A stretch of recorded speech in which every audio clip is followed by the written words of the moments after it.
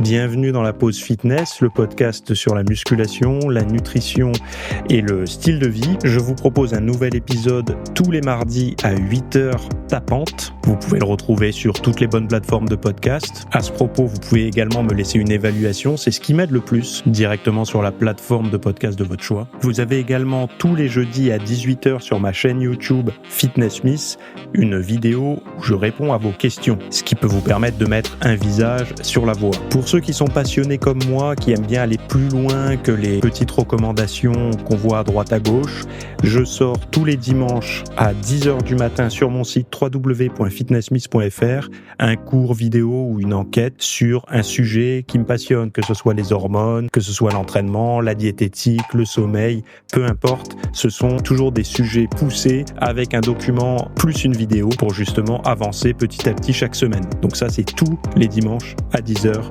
sur mon site www.fitnessmiss.fr. Pour ceux qui veulent avoir des programmes ou de la documentation numérique, que ça soit un programme masse, un programme sèche, un programme énergie, j'ai plein de rubriques sur mon site, donc vous pouvez voir le lien directement dans le podcast à la rubrique boutique.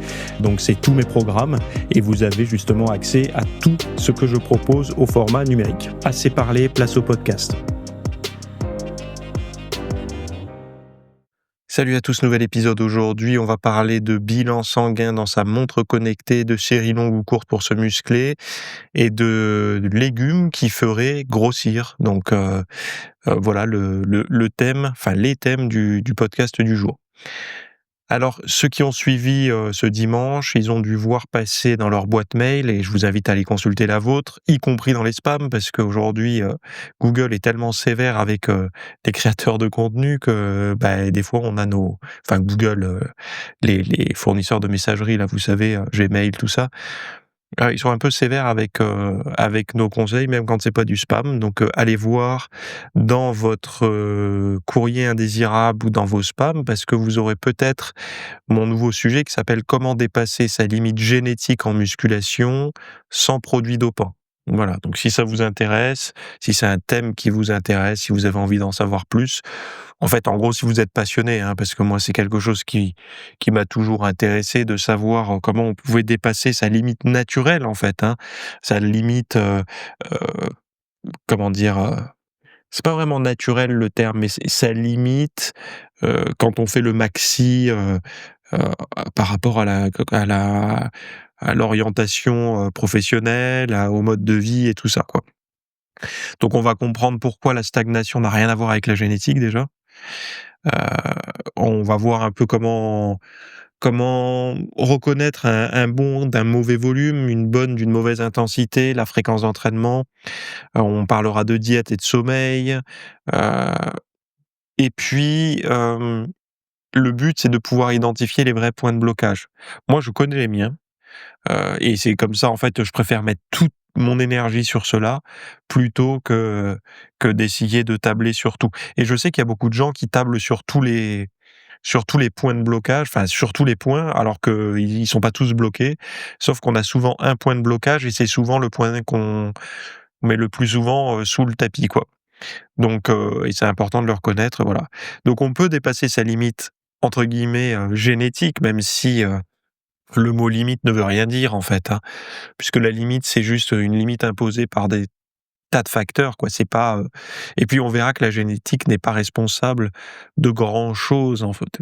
Alors évidemment, vous allez me dire, si vous additionnez très, très bonne génétique à une hygiène de vie parfaite et tout ça, vous avez un champion. Mais aujourd'hui, il y en a beaucoup qui pensent que s'ils n'arrivent pas à avoir le six-pack ou s'ils n'arrivent pas à développer un peu leur masse musculaire, c'est un problème de génétique. Heu, non, là, il faut quand même, se reconcentrer un petit peu. C'est pas ça, c'est une excuse comme, «Je peux pas faire de diète, j'ai des gosses à la maison qui bouffent des gâteaux», quoi. Ça, c'est non recevable, comme on dit. Bref, au programme, on va parler là aujourd'hui dans celui-là d'épisode du bracelet Whoop qui étend enfin ses Advanced Labs à l'Europe. Alors, qu'est-ce que c'est ça, Advanced Labs? Vous savez, Whoop, le bracelet là alors c'est le bracelet sur abonnement. Moi, je suis pas très fan. Alors pas du bracelet, le bracelet a l'air très, très bien, mais du côté abonnement pour, un objet physique. J'ai Si c'était un abonnement pour un produit, je sais pas, numérique, Netflix, tout ça, ça me dérange pas trop, mais un produit physique soumis à abonnement pour que ça fonctionne, je suis un petit peu plus, bon, voilà. Mais bon, il y a la Polar aussi qui existe, mais sans abonnement de mémoire. Mais là, c'est pas le sujet. Le sujet, c'est que Whoop étend enfin ses Advanced Labs à l'Europe, donc lancé en septembre aux États-Unis. La nouvelle fonctionnalité Advanced Labs de Whoop arrive désormais en Europe, au Royaume-Uni, au Canada et en Australie.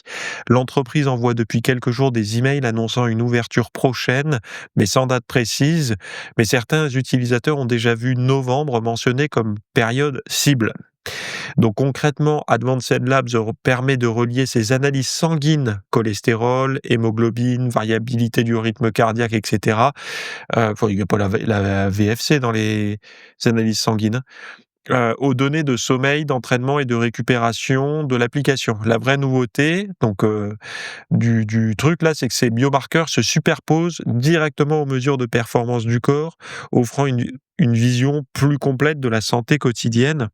Après, c'est quelque chose, moi j'attends toujours la montre qui, enfin ça arrive, hein, ça va arriver, on va la voir bientôt, mais celle qui utilise la glycémie, enfin tout ça quoi. Là, on va vraiment faire un gros jump pour les sportifs et même dans le domaine de la vie de tous les jours, parce que vous savez que il y a énormément de personnes qui sont convaincus qu'ils ont, des problèmes, il faut qu'ils mangent un truc parce qu'ils sont en hypoglycémie. Or, c'est pas le cas. C'est souvent une petite crise une montée de stress, une poussée d'adrénaline ou quelque chose qui les met dans l'inconfort.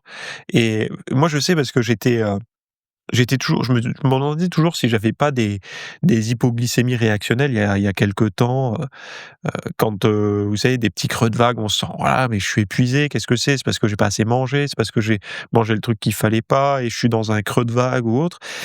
Et depuis que j'ai un appareil, vous savez là, il y a pas mal de sportifs, qui l'ont utilisé, mais les glycomètres là, les dextros, se piquer le bout du doigt pour voir sa glycémie. Alors aujourd'hui, il y a les capteurs, hein, qu'on peut placer directement, sur le triceps, mais et en fait, en faisant ça, j'ai fait le test et je me suis dit: «Mais non, ma glycémie, elle est bonne, en fait». Donc ça a rien à voir avec ça, et c'est pareil aussi, enfin, j'ai pu voir aussi que quand j'allais courir à jeun, je faisais tout un running à jeun, je rentrais, bah, j'avais pas, une glycémie, complètement dans les chaussettes. Elle était, au plus bas dans la limite normale, quoi, mais pas, j'étais pas en hypoglycémie. Donc c'est vrai on arrive un peu, préformaté par rapport à la bouffe, à la glycémie et tout. On se dit: «Si tu manges pas, tu es en hypo, si tu manges, tu es pas en hypo». Heureusement que c'est pas le cas tout le temps et c'est pas le cas pour tout le monde, et heureusement que la majorité, c'est pas le cas, en fait. Puisque si c'était le cas, on serait plus là aujourd'hui. Puisque des périodes, où il y a pas eu à bouffer, il y en a eu beaucoup, durant notre évolution, et si on avait été obligé de manger en permanence pour faire remonter la glycémie tout le temps, tout le temps, tout le temps, on serait plus là aujourd'hui pour pouvoir en parler. Ne serait-ce que on se coucherait le soir en mangeant un peu léger, le matin on se réveille pas, quoi. Eh oui. C'est pour ça, il y a durant la nuit, il se passe des choses, et la glycémie, même si elle descend, le corps est capable de la faire remonter, en se démerdant un peu tout seul avec, ce qu'il trouve. C'est-à-dire, il va cataboliser du muscle, du gras, enfin voilà, quoi. Et enfin libérer certainement aussi un peu de sucre, contenu dans le foie, et pour que le corps puisse fonctionner correctement. Bon, mais moi ça c'est quelque chose, j'attends vraiment ça, moi. Et alors j'en ai déjà parlé, mais je pense, alors moi je suis contre le complotisme et tout ça, mais je peux comprendre qu'on va pas balancer tout de suite un truc qui va vraiment révolutionner les choses. C'est-à-dire que quand on va mettre à portée de tous, la glycémie, il va y avoir des effets, certainement, comment dire? Des répercussions, puisque on pourra plus, sauf si la montre elle dit rien, en fait, si elle alarme pas du tout et que ce sont des valeurs, qui vont juste être là, pour être là. Mais il y aura pas d'alarme comme, par exemple, si vous avez, un battement cardiaque trop bas, pression trop basse au niveau cardiovasculaire, on vous le dit pas, enfin, on vous le dit aujourd'hui sur votre montre, mais si par exemple vous avez la glycémie qui monte au-dessus, du taux normal, et que vous êtes à risque de prédiabète ou carrément déjà dans le, vous savez qu'il y a beaucoup de diabétiques qui ignorent qu'ils le sont, diabétiques de type 2, je parle, hein, et ben, Ça sera quelque chose qui va changer radicalement, le i parce que s'il y a beaucoup de gens qui s'ignorent, s'il y en a beaucoup qui ont cette montre au poignet, ils vont plus s'ignorer.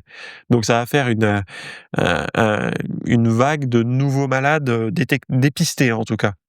Donc je peux comprendre qu'on freine un peu à sortir massivement ce genre de capteurs dans les appareils connectés, surtout qu'aujourd'hui, par exemple, beaucoup vont, chez le toubib avec leur, ils font imprimer par exemple, le truc là, le comment ça s'appelle déjà? Vous savez la fibrillation auriculaire, un truc comme ça là sur les montres. On peut imprimer un rapport maintenant, on va chez le toubib ou chez le cardiologue avec son truc et lui, il peut avoir en plus de tests qu'il va faire, il peut avoir le regard, sur les capteurs de la montre, hein, qui ne sont certainement pas parfaits évidemment, hein, mais ça donne quand même c'est mieux que rien qu'arriver les mains vides, quoi. Bah, là, ça sera un peu la même chose. Mais bon, en tout cas, on va voir si en Europe ça va être déployé là pour ceux qui ont le bracelet Whoop, alors je sais pas comment ça va se passer, hein. Est-ce qu'il va falloir mettre les bilans sanguins? Ça va être une IA qui va les lire? Mais je vois pas comment on peut, alors un truc intéressant, enfin de toute façon aujourd'hui on peut déjà le faire, hein.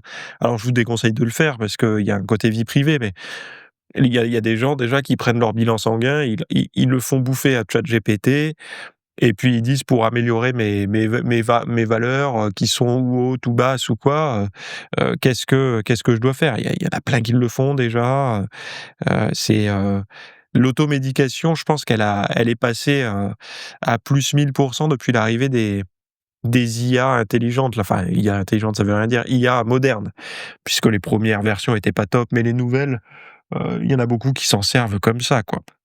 Alors ça a ses limites, hein, bien sûr, mais il y en a beaucoup qui s'en servent, un peu comme ils s'en servaient en fait, ils se servaient de Google avant pour faire ça.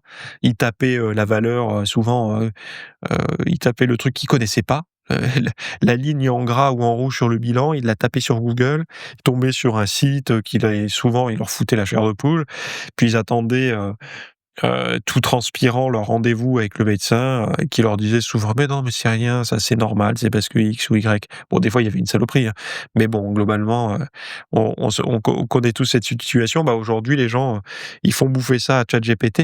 Je sais pas si c'est une bonne idée, hein, d'envoyer ça, honnêtement, moi, je m'y amuserais pas à envoyer son bilan sanguin, directement à une IA, heu, enfin bon, je dis pas que j'ai pas confiance dans l'IA, j'ai pas confiance dans la sécurité des données qu'on lui envoie par contre.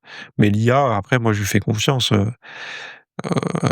enfin je fais confiance, dans une certaine mesure quoi. Donc voilà, bah, vous aurez accès bientôt à ça si vous avez votre bracelet Whoop, c'est quelque chose qui va être disponible. Bon, il y a alors ça a été publié dans Journal of Applied Physiology, donc série longue ou courte. L'article compare 2 méthodes d'entraînement en musculation chez les sportifs déjà entraînés, c'est ça qui m'intéressait. Donc c'est vous, moi, on fait déjà de la muscu. Donc un régime à charge lourde, donc un entraînement à charge lourde, donc 3 à 5 répétitions maximales. Et un autre à charge légère, donc 20 à 25 répétitions maximales. En 20 à 25 répétitions max, c'est pas du vrai léger, hein. C'est un moyen léger, mais c'est pas du vrai léger. Du vrai léger, c'est quand on arrive à dépasser les 50 reps, quoi. Le contexte, déterminer comment chaque approche affecte à la fois la force et le volume musculaire. Donc au niveau des résultats, les gains de force divergent clairement selon la charge.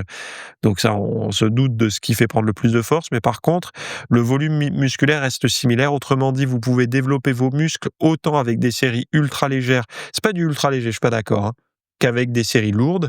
C'est du moyen léger, mais c'est pas du léger ni ultra léger. Euh, mais la charge lourde reste supérieure pour accroître la force. Cela remet en question l'idée que seule une charge lourde mène à une hypertrophie. Alors, je vous en ai déjà parlé, mais ça, il y a beaucoup de personnes qui se trompent par rapport à on prend pas de muscle avec des poids légers. Et pour les plus anciens qui m'écoutent, vous savez exactement où je veux en venir, mais c'est beaucoup plus difficile d'aller à l'échec sur du léger que sur du lourd. Le lourd, quand c'est vraiment lourd pour vous, hein, 3 à 5 répétitions, vous êtes à l'échec. C'est-à-dire que vous faites 3 à 5 mouvements, 3 à 5 reps et vous arrivez plus à monter, vous êtes à l'échec. C'est assez facile, en fait, d'aller à l'échec sur ce on peut pas se mentir, quoi, ça bloque et puis voilà. Par contre, sur du léger, d'aller à l'échec, là, il y a vraiment une question de souffrance. En fait, on peut jauger de la tolérance à la souffrance d'un individu, pas à son échec sur du lourd, mais à son échec sur du léger. L'échec sur du léger, c'est vraiment de la torture. C'est-à-dire que, à quel moment tu vas lâcher, quoi. Et c'est pour ça, ceux qui disent, l'entraînement léger, c'est un entraînement facile, c'est beaucoup plus difficile un entraînement léger bien fait qu'un entraînement lourd.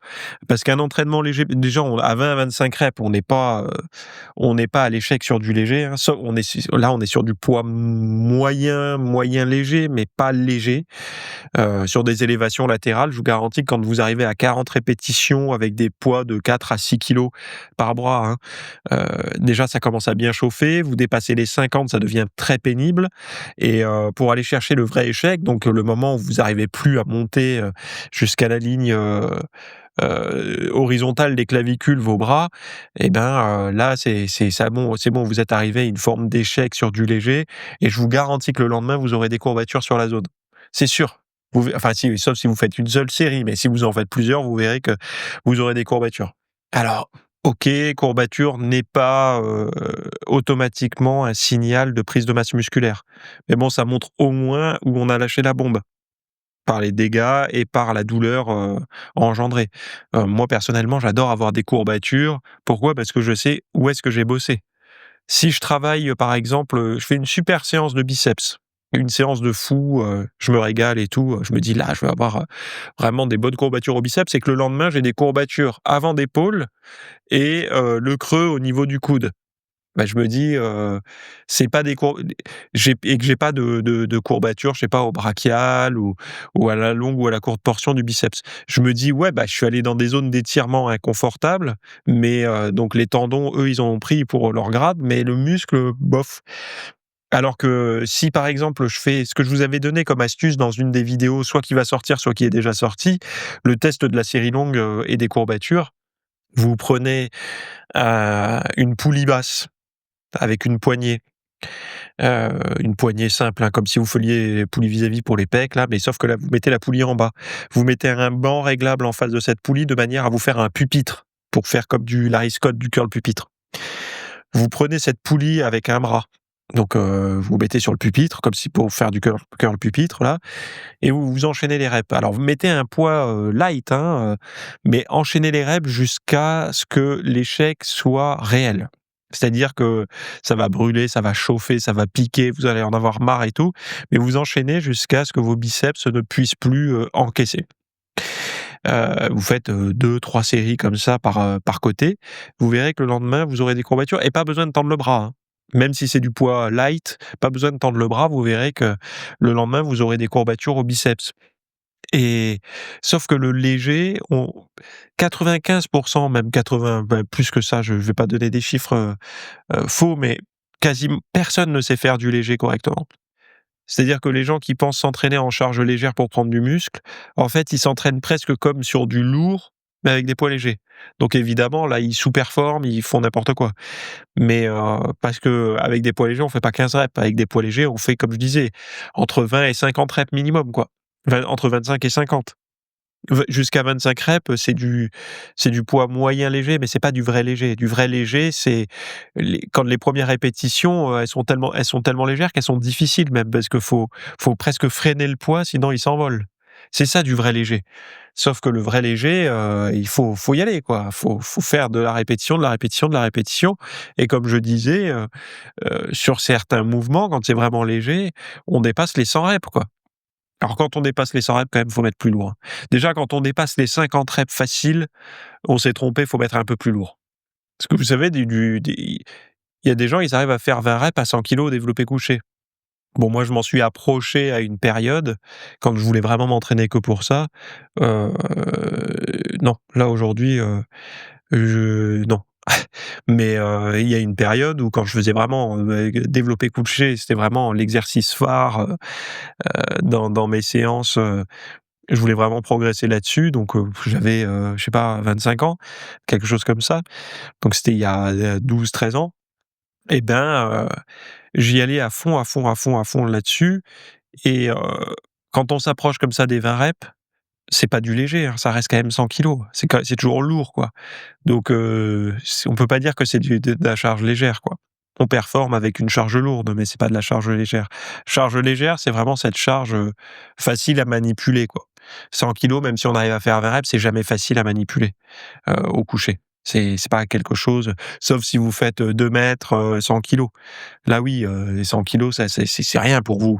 C'est normal, il faut prendre des poids à l'échelle. Il faut aller plus sur du 140-150, quoi. Bref, heu ouais, cela remet en question l'idée qu'une seule charge lourde mène à une hypertrophie, mais moi, ce que j'aime le message que je veux surtout partager par rapport à ce genre de contenu, c'est que je sais qu'il y a beaucoup de personnes qui s'entraînent à la maison ou qui sont souvent en déplacement et qui ont pas des poids lourds à manipuler chez eux ou en déplacement. C'est pas grave, en fait, il faut juste adapter l'entraînement. J'ai des tas de contenus là-dessus, hein, prendre du muscle en charge légère, enfin, allez voir dans les programmes si vous faites partie du club VIP, dans les listes des fiches entraînement, vous allez en trouver des tas, quoi. Quand votre microbiote transforme les fibres en calories. Donc c'est un article, publié alors c'est des chercheurs de l'université d'État de l'Arizona qui viennent de montrer que certaines bactéries de notre intestin, appelées méthanogènes, peuvent influencer le nombre de calories que l'on tire de nos repas. Donc ces microbes qui produisent du méthane aident à décomposer les fibres et permettent à certains individus d'absorber davantage d'énergie à partir d'aliments pourtant réputés légers. Donc l'étude menée en chambre métabolique sur plusieurs volontaires révèle que ceux dont le microbiote émettait le plus de méthane tiraient plus de calories des aliments riches en fibres que ceux qui en produisaient peu. Ce phénomène ne concerne pas les régimes ultra transformés, déjà plus caloriques. Deux personnes mangeant le même plat peuvent ne pas absorber le même nombre de calories selon la chimie unique de leur microbiote ou de leur microbiome, ils marquent mot. Bah, à mon avis, ça devait pas sentir la rose dans la chambre métabolique, hein. Non, je dis ça parce que le méthane, en gros, c'est les gaz, hein. Donc quand on mange beaucoup de légumes, si on pète beaucoup, est-ce que c'est pas un marqueur qu'on tire pas mal de calories de ces légumes ou de ces fibres en tout cas? Peut-être, mais ça montre que comme je disais, hein, en fonction de son microbiote, on va tirer ou non des calories des légumes, quoi. Donc même alors évidemment, manger des légumes à volonté, ça fera à volonté. Faudra quand même y aller avant que ça fasse grossir, même si c'est enfin, supposément à volonté. On avait trouvé quelqu'un qui arrivait à manger des kilos de brocolis, comme ça, mais globalement, les gens s'arrêtent au bout de 500 grammes de légumes dans l'assiette déjà, sauf si c'est une soupe ou des choses comme ça, mais ou que c'est cuisiné avec, du gras, du sel et tout. Déjà au bout de 500 grammes de légumes dans l'assiette, stop, on en a marre, quoi. C'est pour ça, et on va pas même avec 500 grammes, on va pas faire beaucoup de calories. Donc c'est pas neutre, en fait, c'est pas zéro, mais moi je serais curieux de savoir si, il y a pas des calories qui sont amplifiées. C'est-à-dire qu'en fonction du microbiote des uns et des autres, est-ce qu'on n'amplifie pas, l'absorption calorique des graisses et des sucres, par exemple? Alors on le sait déjà pour les protéines que, selon l'état, on va ou non avoir une bonne assimilation des protéines. En fonction de la teneur en fibres du repas, on va ou non laisser passer, les glucides et les graisses et ça, c'est vrai que c'est très individuel, mais heu alors aujourd'hui, ça par exemple, c'est une diète qui va être c'est une diète, c'est une approche, c'est une étude, c'est un constat qui va être fortement repris par, toute la sphère, carnivore. Ah oui, parce qu'eux, ils essaient de pas bouffer de fibres. Heu et ça va être défendu par ceux qui sont plutôt végétariens, parce qu'ils en bouffent plein. C'est toujours les guerres, toujours polarisées même dans la diète. Bon, et ce qu'il faut regarder à ça, c'est juste que c'est pas neutre et tant mieux, en fait, puisque ça veut dire qu'on tire quand même un petit peu d'énergie pour certains, de ça. Alors, c'est vrai que les bactéries appelées méthanogènes, donc qui font du méthane, si quand vous avez mangé des tas de fibres, vous avez beaucoup de gaz, bah, c'est peut-être que vous allez, convertir une bonne partie des fibres en calories, quoi. Donc enfin, ça peut être un indicateur, je dis bien ça pourrait, ça peut, ça c'est enfin voilà, c'est conditionnel, hein, que vous n'avez pas besoin de rajouter en plus des tonnes de féculents à votre diète, quoi. Quand vous essayez de tirer un peu la vis, parce que vous êtes déjà capable de tirer de l'énergie, des légumes. Alors moi, j'en fais partie certainement, hein, puisque moi, une diète avec des légumes, des protes et des graisses saines, j'arrive à tenir assez facilement. Il y en a, ils tiennent pas, moi je tiens assez facilement, donc voilà. Heu, c'est quelque chose après à voir si, heu, si c'est montré que, il y a ce lien entre méthane et bah, si vous ballonnez toute la journée et tout, c'est que vous en faites peut-être partie, je sais pas. Puis contrairement à ce qu'on pourrait penser, il y a des gens qui disent: «Je peux pas parce que je peux pas manger autant de légumes parce que je ballonne, parce que j'ai des gaz et tout». N'oubliez pas une chose, c'est que ça n'est pas, une maladie, hein, d'avoir des gaz et de ballonner. Oui, c'est quelque chose de naturel, hein, en fait, le gaz, tout ça, c'est quelque chose de naturel. Alors effectivement, c'est pas agréable, hein, de ballonner ou d'avoir envie de déballonner à des endroits où c'est pas permis, mais enfin, c'est pas permis ou c'est mal vu, mais ça n'est pas quelque chose de c'est pas une maladie, quoi. Il y a des gens qui s'empêchent de manger, des aliments entre guillemets, enfin si, on peut dire des aliments sains, parce que justement, il y a de l'inconfort. Donc ils vont préférer des aliments, neutres pour leur système digestif en apparence, donc de la bouffe ultra transformée, des vacheries quoi, des saloperies, parce que ça leur cause pas trop de problèmes intestinaux quoi. Enfin sauf le jour où justement il faut qu'il y ait une purge. À peu près une fois toutes les 2 3 semaines, ils ont le ventre tordu, ils sont sur la cuvette des chiottes en se disant: «Mais qu'est-ce que j'ai bouffé, nom de Dieu?» Bah, en fait c'est pas qu'est-ce que tu as bouffé hier ou ce matin, c'est ce que tu bouffes, toute la semaine et au bout d'un moment tes intestins ils disent: «Stop» quoi. Et puis pour vous rassurer, au bout d'un moment, le microbiote s'adapte à la consommation de fibres et donc vous avez de moins en moins de ballonnements et tout ça, quoi. Il y a que les légumineuses où, faites attention quand même à la surconsommation de légumineuses. Alors je sais qu'il y en a qui écoutent qui sont, très axés sur le végétal et tout. Essayez de faire tourner au maximum et tout. Heu, les légumineuses, c'est quand même assez agressif. Voilà, après il y a des méthodes de préparation et tout, vous pouvez réduire les antinutriments et tout, mais ça reste quand même assez agressif. Donc moi, je sais que par exemple, je peux pas me nourrir que de ça pour les protéines. Je suis obligé de faire tourner parce que, même au niveau de ma peau, je vois des différences, quoi. Donc, pour vous dire, hein, il y a une forme de sang et puis, très souvent, hein, ça vient toujours enfin toujours, très souvent du système digestif. Donc, et quand je les stoppe, ça s'améliore. Donc faites attention, à la surconsommation. Je dis pas la consommation normale, hein, d'en manger une fois tous les 2 3 jours, voilà, hein. Comme on mangerait finalement un peu, vous savez, par exemple, la viande rouge, il y avait là, il y a une grosse étude qui est sortie là-dessus, je vous en ai pas parlé, mais bon bref, vous pourrez la retrouver. Le dosage, ah oui, c'était, sur le cancer du côlon et la viande transformée, enfin sur la qualité des protéines et le cancer. Et bah, il y a la viande rouge dedans, hein, comme, facteur de risque et les produits ultra transformés. Mais, très souvent les gens quand ils disent: «Mais réduire la viande rouge, c'est combien en fait par semaine?» Ben, vous savez que c'est entre 300 et 500 grammes par semaine, à ne pas dépasser. Ça veut dire que ça fait 5 steaks hachés par semaine quand même. C'est pour vous donner un repère à 100 grammes le steak. Donc c'est pas neutre, il y en a beaucoup, ils mangent même pas ça, quoi. Donc, bon, c'est bon, voilà, quoi. Alors comment dépasser sa limite génétique en muscu, sans dopage évidemment, puisque un c'est illégal, 2 c'est dangereux, 3 c'est pas éthique si vous faites de la compétition ou quoi. Enfin, si vous faites du bodybuilding, j'ai envie de dire c'est presque pas éthique de pas le faire, mais, puisque, enfin sinon c'est presque ridicule. Mais bon, c'est comme ça. Mais bon, alors aujourd'hui, apparemment, c'est devenu ultra dé je vais pas en salle de muscu, hein, depuis 2019, j'y ai pas non, je mange, j'y suis allé un peu après quand même, mais de manière épisodique. Mais sinon, moi, depuis 2019, je suis en full home gym, donc je m'entraîne en muscu depuis 2004. Donc 2004-2019, full salle avec, vraiment, 95 salle, de musculation, 5 home gym, parcours de santé et tout. Et depuis 2019, 95 home gym et le reste, parcours de santé, mais plus salle. Apparemment, ce qu'on me rapporte, c'est que, il y a beaucoup de très jeunes, très musclés, très vite, très dopés. Bon, C'est regrettable, mais le sport est à la mode, enfin ce sport est à la mode.